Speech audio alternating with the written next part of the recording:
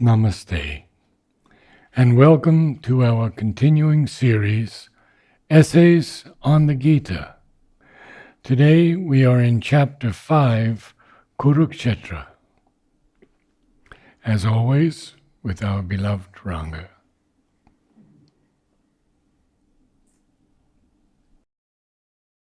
Before we start reading the chapter, I would like to make a few remarks so that we place these next three chapters in its right context.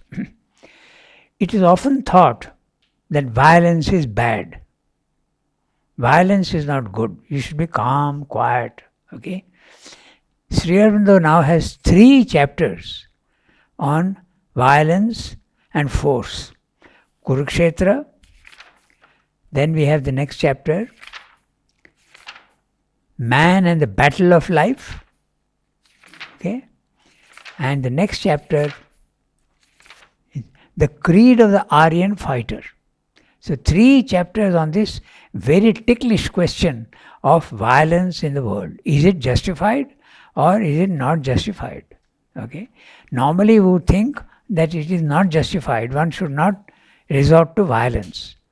But remember that force is a divine principle. And force can do, in your view, in man's limited view, good as well as bad. There are volcanoes, there are earthquakes, there are tsunamis, there are floods, there are typhoons. Okay? So what's God doing? He is using force for destruction. So this is a very ticklish question, and we have to contrast Sri Aurobindo's view clearly with Gandhi's view. Okay? In fact, how far he went with his non-violence, okay? How far he went to such a ridiculous extent, so I just want to point out something from his own writings. Okay? So, before we begin. So we have to get the proper context. Then, see, he wrote this. Okay, he said that if even we should never have any anger against the Muslims, even if they kill us, we should happily we agree to be killed. And if all other Hindus are killed also, a new era will start and a new India will come up from there. This is his view. This is a quotation from him. Now contrast this with Sri Aurobindo. Okay, when they were 1942, what is called the direct action started in Calcutta. Okay, the Muslims decided that they will kill as many Hindus as they can. It was called the direct action. Okay, it was inspired by Jinnah, and they did that. There were riots. So Sri Aurobindo, when he was told in 1942 in Pondicherry that this is happening in Calcutta, he answered, why don't the Hindus hit back? Why don't they defend themselves and hit back? Now, this is so that's why it's a very important question. Will you resist? Gandhi is saying, don't resist. But Sri Aurobindo says, certainly not. You have the right to protect yourself. And why should you be agreed to be annihilated? If your culture is superior, then why should you agree to be annihilated? But this is exactly what Gandhi is saying, the opposite. Even if they kill all the Hindus, a new India will come up. And we should be happy with that. So, it's a direct quotation from his works. Did he react to Sri Aurobindo's statement? Pardon? Did Gandhi react to Sri Aurobindo's statement? No, it was not a statement. It was just in evening talks. It was in evening talks. Okay. But it is a well-known fact, even those who do spirituality, that Gandhi had a tremendous will, and he was more a moral force than a spiritual force. There was no spirituality in him, but he was great morality, and he had a great determination. Okay, there is no doubt about that. So, this is well known to so many, because his principle of violence was more important to him than independence of India. When there was a violent incident in Chaura Chori in a village, the people got so angry with the police that they burned down the whole police station. It's a very famous incident. And he called off the Quit India movement. He called it off. He said, no more. Violence I will not accept. So violence is more important. The non-violence is more important to him than India's freedom movement. So the values you can see how. So I just want to mention that because you have to place these 3 chapters in the right context. What is violence and how is it to be used? Is violence possible for the building? Anything you want to build, sometimes you need to destroy something. Suppose I have a dilapidated house and I am the owner of that house and I want to settle. I have gone abroad and I come back and I see my house is in ruins. I have to destroy it to build a new one. Even when in yoga, our old nature has to be destroyed in order to build a new one. So there can be no new construction without the destruction. So these two always go together. They are one of the dualities in the physical world. So with this, we will read what Srimad has to say, and it's a very interesting discussion. So we'll have to see that. There is also another possibility. There is also another thing to be noted. Everybody wants peace. Certainly. We want peace more than war. Certainly. But is it possible at our level of moral development or spiritual development to get rid of war entirely? Srimad says it is not possible. He says that you have to rise to a level of consciousness where the very thought of war for wrong reasons is not there. But if it is for the right reasons, you have to do it. And that is why the Gita has often been misunderstood by people, particularly in the West, when Sri Krishna, God himself, is telling Arjuna, stand up and fight and kill your enemies and enjoy a wealthy kingdom. So all this has to be placed in the right context. Otherwise, you will completely misunderstand what Sri Krishna is saying. When I asked my teacher, Aurobindo Basu, will war continue in the world? He said very simply, Mother said there will be no 7th pralaya, but there will always be skirmishes and small wars, but no nuclear destruction. That's right. So I don't know if Mother has said that, but the destruction, because that is the reason why she wanted Matri Mandir built very fast. If you remember in the agenda, she is again and again saying, I want that Matri Mandir built very fast. 5 years. Yeah. In 5 years, she said. Yes. She said that. Because that will avoid the war, the possibility of war. She said that several times. She wanted it built very fast. Of course, you couldn't do it. We did it over 30 years. But fortunately, her grace acted. And now information is coming. Pompeo, the previous minister in the US, the Secretary of State, I think he was. So he has written a book in which says in 2019, India and Pakistan came very close to a nuclear war. So the danger was always there. You can never say that the danger was not there, but it was avoided. Now the same problem is coming with China and Taiwan. Mm-hmm. Okay. So anyway, so this is why I just mentioned this. It's a very important question and there are 3 chapters on it. Mm-hmm. Okay. So with this, we will start reading the chapter. Kurukshetra. Before we can proceed, following in the large footsteps of the teacher of the Gita, to watch his tracing of the triune path of man, the path which is that of his will, heart and thought, raising themselves to the highest and into the being of that which is the supreme object of all action, love, knowledge, we must consider once more the situation from which the Gita arises, but now in its largest bearings as a type of human life and even of all world existence.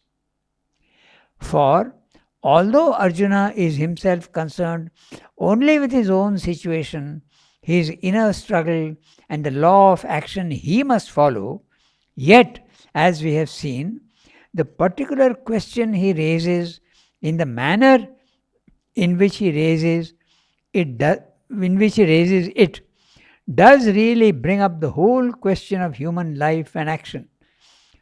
What the world is and why it is, and how possibly it being what it is, life here in the world can be reconciled with life in the spirit. And all this deep and difficult matter the teacher insists on resolving as the very foundation of his command to an action which must proceed from a new poise of being and by the light of a liberating knowledge. So he is saying that it is symbolic of the question of war and violence in the physical world, the whole question. The principle of war itself we will have to examine. It's not only a question of the Arjuna, but it's a question of war in the world. So, clear? But just a few things I'll mention. Okay. Before we can proceed, following in the large footsteps of the teacher of the Gita, note the word large footsteps, is a very wide and not narrow teaching at all, the Gita. Okay. So, to watch his tracing of the triune path of man. So what's the triune path of man? We have discussed Karma Yoga, Jnana Yoga, Bhakti Yoga. We have to use all. We have to use our knowledge, we have to use our love and intimacy for the divine, and we have to also use our actions as a sacrifice to the divine. Everything that we do has to be offered to the divine. So the triune path of man. And then he is telling you the path which is that of his will, heart, thought. So, will, Karma Yoga, action. Heart, Bhakti Yoga. And thought, Jnana Yoga. So you can see the interleaving of the words. He has not used the words Karma Yoga, Bhakti Yoga, but very clearly he is telling you triune path, and then he is telling you will, heart and thought. So you have to link them all together. Okay, so raising themselves to the highest, not your ordinary will, not your ordinary heart, not your ordinary thought, but raising all these things to the highest level. Okay? And into the being of that which is the supreme object of all action, love, knowledge. Again, you have the three words: action, Karma Yoga; love, Bhakti Yoga; knowledge, Jnana Yoga. Okay? But he is saying you have to raise your action, you have to raise your thinking and your love to the highest level. It has to go and enter into that which you are intending. In other words, the divine. All this has to be, you have to go and reach and enter into the divine. Look at the words. And into the being of that which is the supreme object of all action. Everything, all your thinking and everything must enter into the divine. Okay? End there. We must consider once more the situation from which the Gita arises, but now in its largest bearings as a type of human life and even of all world existence. So he is enlarging the the circumstance from an individual problem of Arjuna to that of a world problem. Okay? So he is making it very wide. For although Arjuna is himself concerned only with his own situation, his inner struggle and the law of action he must follow, yet, as we have seen, the particular question he raises in the manner in which he raises it does really bring up the whole question of human life and action. What the world is and why it is and how possibly it being what it is, life here in the world can be reconciled with life in the spirit.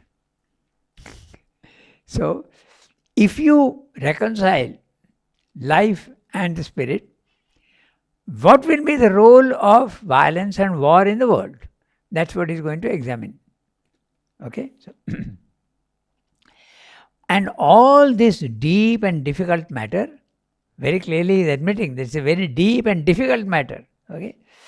The teacher insists on resolving as the very foundation of his command to an action which must proceed from a new poise of being and by the light of a liberating knowledge. So, Arjuna is speaking from the normal moral point of view, the ethical point of view. It is wrong to kill. So, the Gita is saying, Sri Krishna tells him, rise to another level of consciousness and your views will change. And you will see that the action that I am recommending to you is justified. So right now he's in the lower. Yes, he is in the lower consciousness, and that is why the prospect of killing his own people is frightfully offensive to him.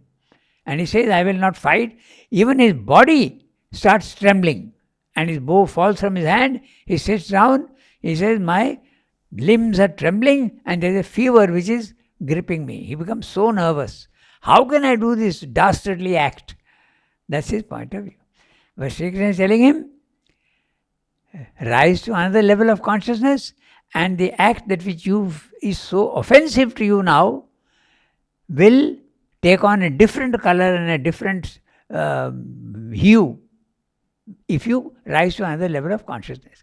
Then you will see that what I am telling you is justified. What will be that other view? Rising to the level of consciousness where you obey the divine command and not your own moral ideas. So if the divine is telling you to fight, you will fight. If the divine is telling you don't fight, you will not fight. And this is very interesting because the divine is not going to say the same thing every time, fight. He will sometimes tell you don't fight, depending on the circumstances. And the very interesting thing is, Shri Krishna is telling Arjuna, continue to fight. You have to fight because the circumstances requires it. Okay? And what about Sri Aurobindo? He is fighting the British not in violence but by civil disobedience. But mind you, Sri Aurobindo's fight with the British through civil disobedience was because he found that violence is not possible at that time. India was not ready for it. He was not against violence. He was not against violence, nor was he against the Subhash Bose's fight with the British through war. He collected 20,000 soldiers from the Allies, the Nazis and the Japanese. 20,000 prisoners of war he collected and made the Indian Army, the Indian National Army, the INA. But Sri Aurobindo was not in favor of that action not because of the violence, but because the Nazis and the Japanese at that time were under a wrong anti-divine force. That is why he opposed Subhash Bose. Not because of the violence. He would have resorted to violence, but he found that it's not possible. In fact, early in his life, he thought of war. He brought many people and started training them in the Baroda army. He brought some people from Bengal and he was training them in Baroda for army training. Didn't he have a secret society, the Cloak and Dagger? That was in England. Yeah, that was in London. That was in England. Yeah. Ah. And even the name is an interesting one. Yeah. The lotus and the dagger. Yeah. So he wasn't against violence. If it is used for the right purpose, not for the wrong purpose. But Gandhi is saying, violence is never justified. If the British want to hit you, accept meekly. In fact, the Gandhi film was there, and they are coming and hitting him, and he is accepting the blows very peacefully and calmly. And he is going so far as to say that even if they kill all Hindus, it's perfectly okay. I even heard a story, now I don't know how true it is, but when he lay down on the railroad tracks and the train stopped not to run over him, they said in China he would have been run right over. Absolutely. That is what Sri Aurobindo also said, that this policy of non-violence acted against the British. It didn't even act actually. They were not influenced at all by non-violence. They admitted that later on. Okay. Ramsay MacDonald, who was the Prime Minister of the Labour government which gave India freedom, he admitted that we left India not because of Gandhi and his non-violence. Absolutely of no consequence at all to us. We left because of Bose. We left because of Subhash. Oh, Because they knew that if Subhash comes in with his army, the British army consisting of all Indians, they will revolt. So they knew that it was not possible to hold on anymore. That's why they left. And in fact, Will Durant, the historian and the philosopher, yes. he was highly impressed by Indian civilization, and he recommended to the British that you have no right to sit over India, who are far superior in. He recommended that to the British, but they didn't, of course, bother about him. But there were several voices. Even America was saying that if you want, I think Delano Roosevelt. Roosevelt. So he told them that you have to give freedom to India. You have to liberate India. But they said, we'll do that after the war and all that. And that is why the Cripps mission came, promising freedom after the war, which Gandhi did not accept again. And Sri Aurobindo was recommending. He said, you accept it. It would have ended in home rule. You know the words Gandhi used, it's very interesting. Okay, he said, it's a check, post-dated check on a crashing bank. I wouldn't even touch it with a barge pole. Those were his words. Very graphically put, but it was a wrong policy. That is what led to the partition of India. Yes. Okay, let's read the next para. It's just an aside because it's a very interesting question. How far is violence justified? And in what attitude has this to be done? You have to do it with an absolute not to be disturbed inside. If you are subject to anger and hatred, then it is wrong. The attitude is wrong, not the action itself. So if you do it because it is something to be done, and I am not disturbed at all, I am absolutely calm, there is no hatred in me, there is no violent feelings, there is no anger in me, no rancor, fine, it needs to be done, I am doing it. So that is what, and that can be done when you rise to another level of consciousness. That's what he's saying here, which must proceed from a new poise of being. The new poise of being is go to the higher mind and experience the witness self. Once you go there, your views will change. Okay? So, we read the next para. But what then is it that makes the difficulty for the man who has to take the world as it is, and act in it, and yet would live within the spiritual life?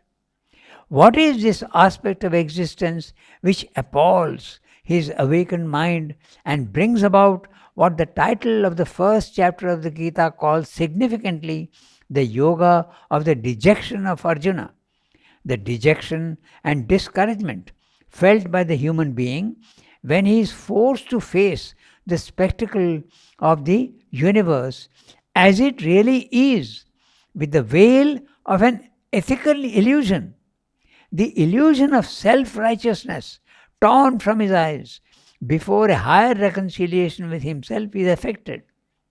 It is that aspect which is figured outwardly in the carnage and massacre of Kurukshetra, and spiritually by the vision of the Lord of all things as time arising to devour and destroy the creatures whom he had made.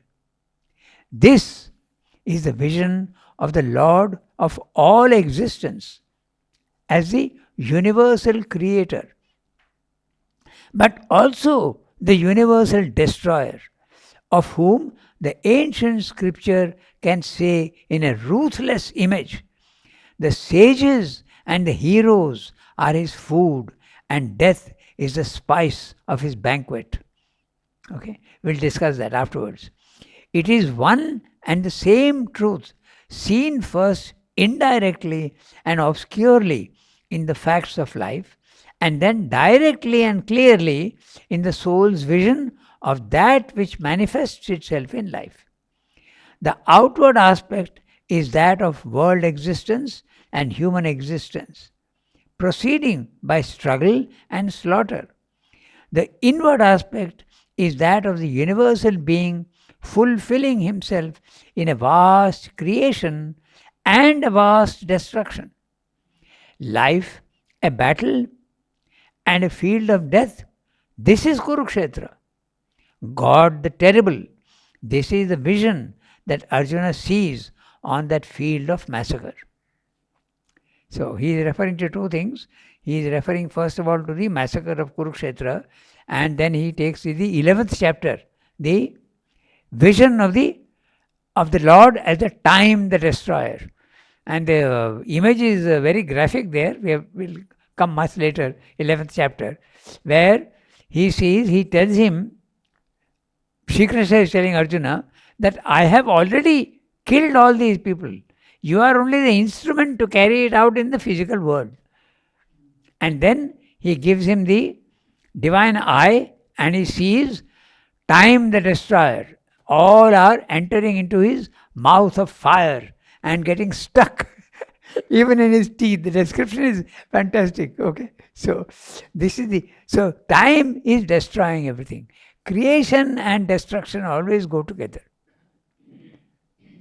So this is what he is saying. We'll look at the para a little carefully. But what then is it that makes the difficulty for the man who has to take the world as it is? The world as it is very imperfect. It's not a spiritual world. Maximum it is a moral world. And morality is something man-made by the mind of man. And the mind of man is imperfect. It's not spiritual yet. It's level 1, where you have mind is the maximum developed, there is a vital and there is a body. This is level 1, where you are full of imperfections. The world is full of imperfection and you are also full of imperfection. Man also is full of imperfection. So you have to go to a level where this imperfection is made less. The second level of the spiritual planes of consciousness, and from there you obey the divine. He tells you to fight, you fight. If he tells you to not to fight, you won't. You are not going to decide anything. It's not the mind that decides. It's the divine that decides, and you become an instrument and passively obey him. Okay, so how is a spiritual man to face the world as it is? Full of violence and full of disharmony and full of falsehood and full of ignorance. How are you going to deal with it? What is this aspect of existence which appalls his awakened mind and brings about what the title of the first chapter of the Gita calls significantly the yoga of the dejection of Arjuna? The dejection and discouragement felt by the human being when he is forced to face the spectacle of the universe as it really is, with the veil of the ethical illusion. The illusion of self-righteousness torn from his eyes before a higher reconciliation with himself is affected. How is one to deal with this? It's a question. So, illusion of self-righteousness torn from his eyes. I am not capable of doing this horrible act. If you look very carefully, you will see that there is an element of ego in it. You are considering yourself to be virtuous. I am full of virtue. I can't do this act. So, it is something, the morality is mind-made and mind is imperfect. In fact, in the synthesis, he has a very interesting thing to say about this. He says, the moral man says, no falsehood, no violence, okay, no anger, all these things are bad, no destruction of others. Will nature allow it? He asks a question. And then he says, nature will not allow it at its present as the world is at present, because it knows that it is imperfect. So the violence and all these things which you consider bad will continue. This is a world of dualities. If there is violence, there is also peace. If there is white, there is black. If there is generosity, there is also cruelty. So this world is exactly made of these dualities. So you have to rise beyond dualities into the second level of the spiritual planes of consciousness, and there the possibility of elimination of this is there. Okay, so it is this aspect which is figured outwardly in the carnage and massacre of Kurukshetra, and spiritually by the vision of the Lord of all things as time arising to devour and destroy the creatures whom it has made. Okay? Now, this is very interesting, we'll discuss that. This is the vision of the Lord of all existence as the universal creator, but also the universal destroyer, of whom the ancient scripture can say in a ruthless image, the sages and the heroes are his food, and death is the spice of his banquet. This is from the Katha Upanishad. He is quoting from the Katha Upanishad. Now, it's a very interesting thing if you see physically, vitally, mentally. There is violence everywhere. Physically, as we discussed, there is destruction, earthquakes, volcanoes, okay, tsunamis, storms, hurricanes, cyclones, all these things are there. So at the physical level, there is both. And there is a creation and destruction. What about the vital? Life can exist only when life is destroyed by another form of life. It's perfectly okay for one animal to kill another animal and eat it up. And if you see the cruelty with which this is done, it will appall human beings. The lion starts eating the deer even when he is alive and starts tearing him apart. So it will appall you. Those who are a little sensitive in their vital, and I can call it weakness, they will not be able to stand and watch. They will have to turn their face away. So it exists at the vital level also, and it's perfectly valid. Life feeds upon life at the vital level. So this is also a question of the non-vegetarian and the vegetarian food. There are many who say vegetarian food is only the right thing. Non-vegetarian is not right. Look carefully and you will see that nature itself is doing it. There is a food chain. The lower food is always eaten by the higher species. It goes on, and that's why it's ending in this. The sages and the heroes are his food, and death is the spice of his banquet. The divine himself is destroying and killing.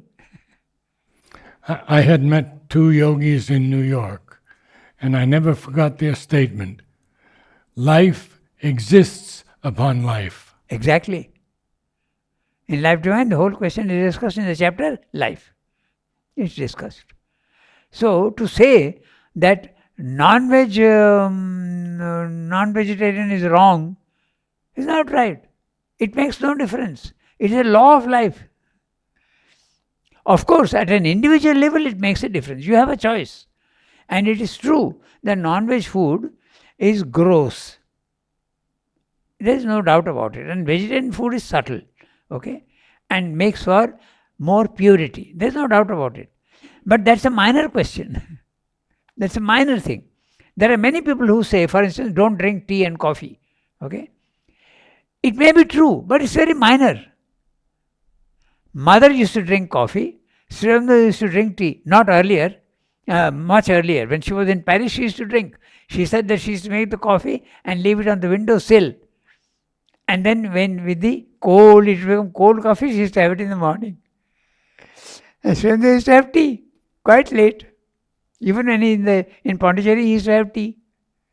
So there is a truth to it, but they are all minor truths. So non-vegetarian food being inferior to vegetarian food is a truth, but it's a relative truth. Nature itself is doing it, and going so far as the greatest, even the avatar comes down and is subject to death. Is destroyed. Is that why it says the sages and the heroes? The angels? The sages and the heroes. Yes, that's right. And what? The banquet. And they are the spice in the banquet. And that's why Srimad is saying, of whom the ancient scripture says, in a ruthless image. Sounds so cruel. But the divine himself is destroying and creating, destroying, creating, instantaneously. This is again the truth of Brahma, Vishnu, Shiva. Brahma is creating, Shiva is destroying instantaneously, and Vishnu is saying, preserving the continuity of action. This is a very interesting thing by itself. But this is happening all the time. It is one and the same truth seen first indirectly and obscurely in the facts of life, and then directly and clearly in the soul's vision of that which manifests itself in life. Okay? The outward aspect is that of world existence and human existence proceeding by struggle and slaughter. Okay? There is a progress by slaughter. Okay? You have to destroy in order to construct again. The inward aspect is that of the universal being fulfilling himself in a vast creation and a vast destruction. Life a battle and a field of death. This is Kurukshetra. God the terrible. This is the vision that Arjuna sees on that field of massacre. So you need a little bit of courage to be able to. That's why the Advaita philosophy needs tremendous courage to say that God is all this. He is cruelty, He is violence, He is death, He Himself is matter. It requires a lot of courage to say that. Whereas the others are all saying, no, all this which is wrong at the lower level is all created by the devil, not God. All the other religions, the Abrahamic religions, they say that. They make a distinction between God's creation and the creation at the lower level by the devil. Okay, so we go to the next para.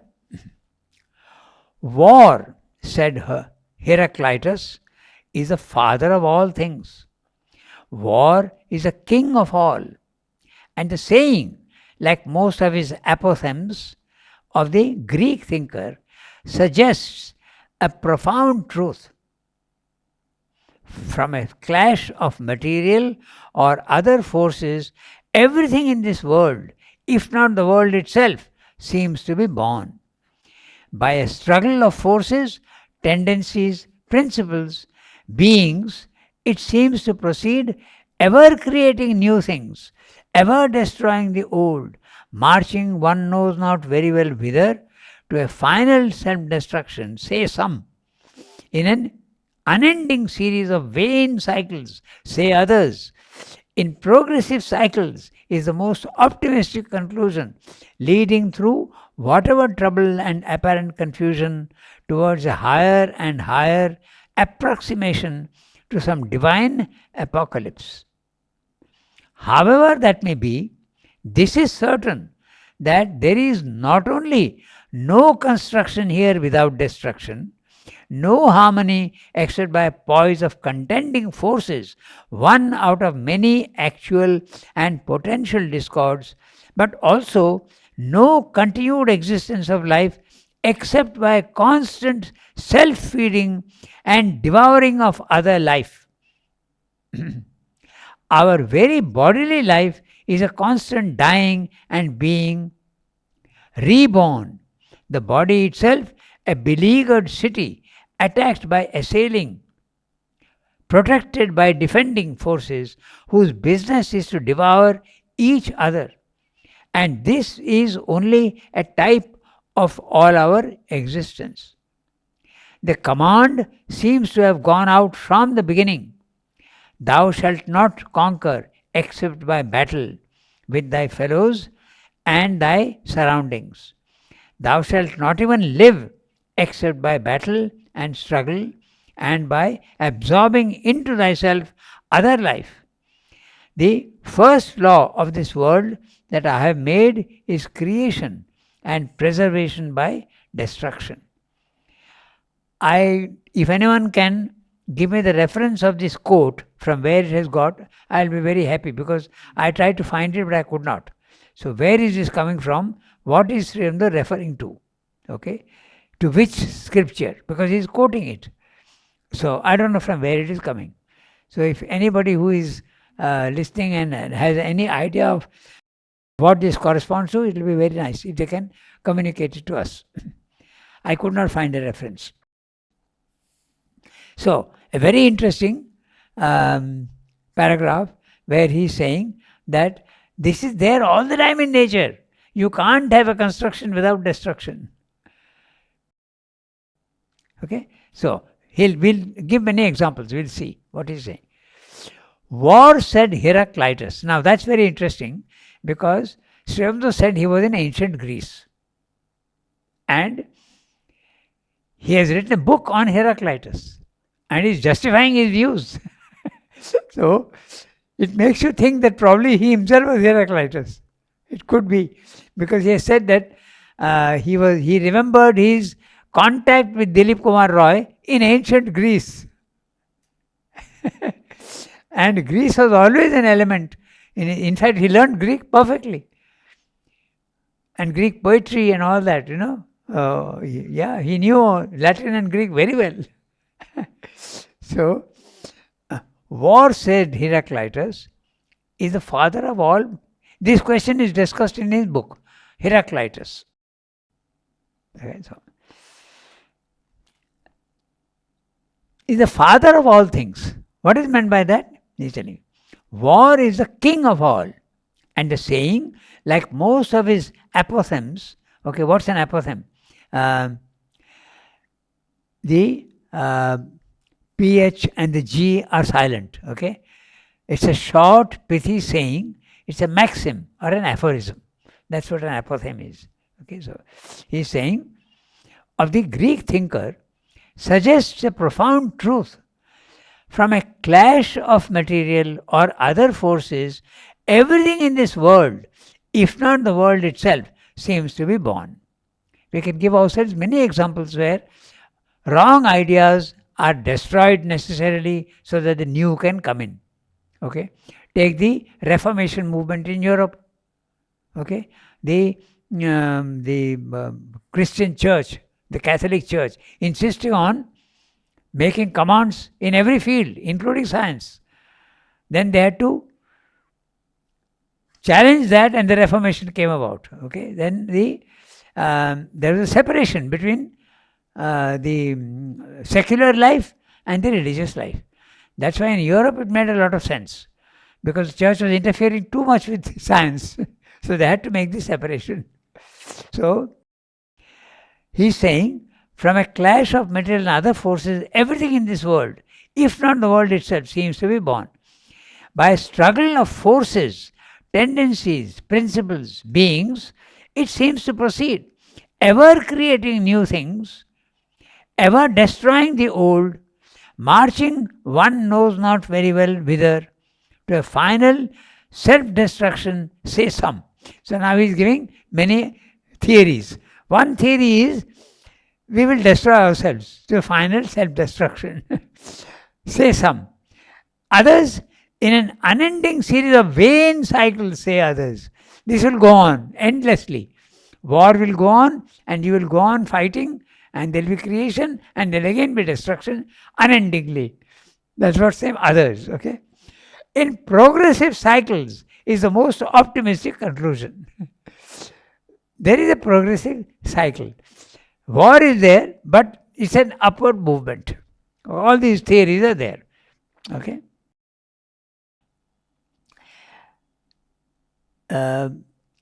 Optimistic conclusion. Leading through whatever trouble and apparent confusion towards a higher and higher approximation to some divine apocalypse. So, it is going towards the divine truths slowly in bits and pieces, but the war will stay for some time. Okay.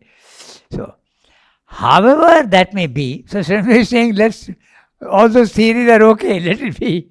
However that may be, this is certain that there is not only no construction here without destruction, a very categorical statement, no harmony except by poise of contending forces, one out of many actual and potential discords, but also no continued existence of life except by constant self-feeding and devouring of other life.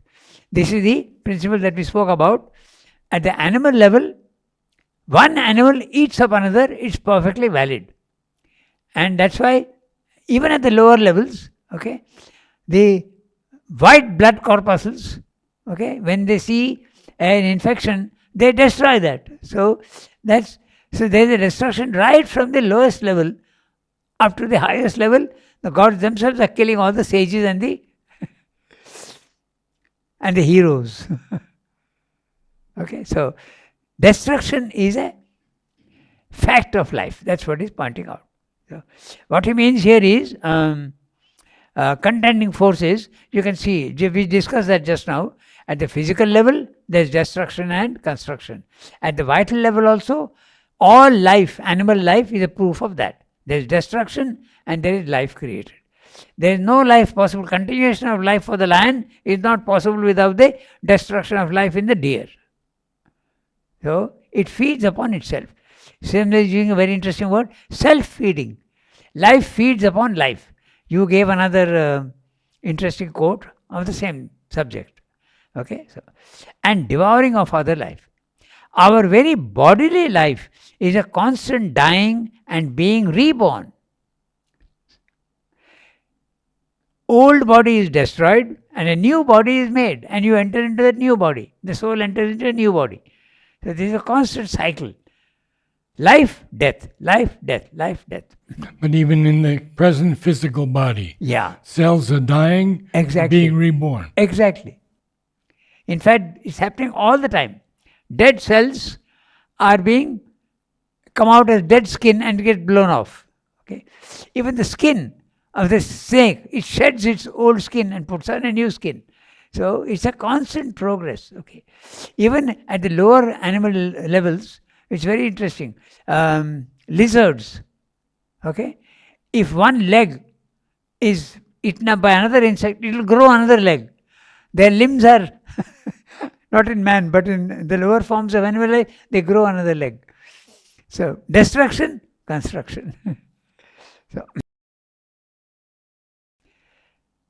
no harmony except by poise of contending forces, one out of many actual and potential discords. So we discussed it at the physical level, destruction and construction. When a volcano comes up, it destroys maybe that particular thing, and then an island is built up with the lava and new life comes up. So that's what happens all the time at the physical level. At the vital level, the animals feeding upon each other. At the mental level, a wrong idea has to be destroyed by a right idea. So there also you will see that there is construction and destruction. Contending forces. So when they use the word contending forces. No harmony except by poise of contending forces, one out of many actual and potential discords. The discord itself is potential. It can give you a state where there is less discord, okay, but also no continued existence. Our very bodily life is a constant dying and being reborn. The body itself, a beleaguered city, attacked by assailing, protected by defending forces, whose business is to devour each other. And this is only a type of all our existence. The command seems to have gone out from the beginning, thou shalt not conquer except by battle, with thy fellows and thy surroundings.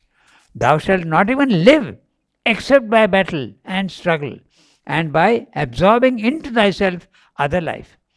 The first law of this world that I have made is creation and preservation by destruction. So this sets the tone for the whole discussion of violence and war. We stop here today? I think so, yes. Namaste all.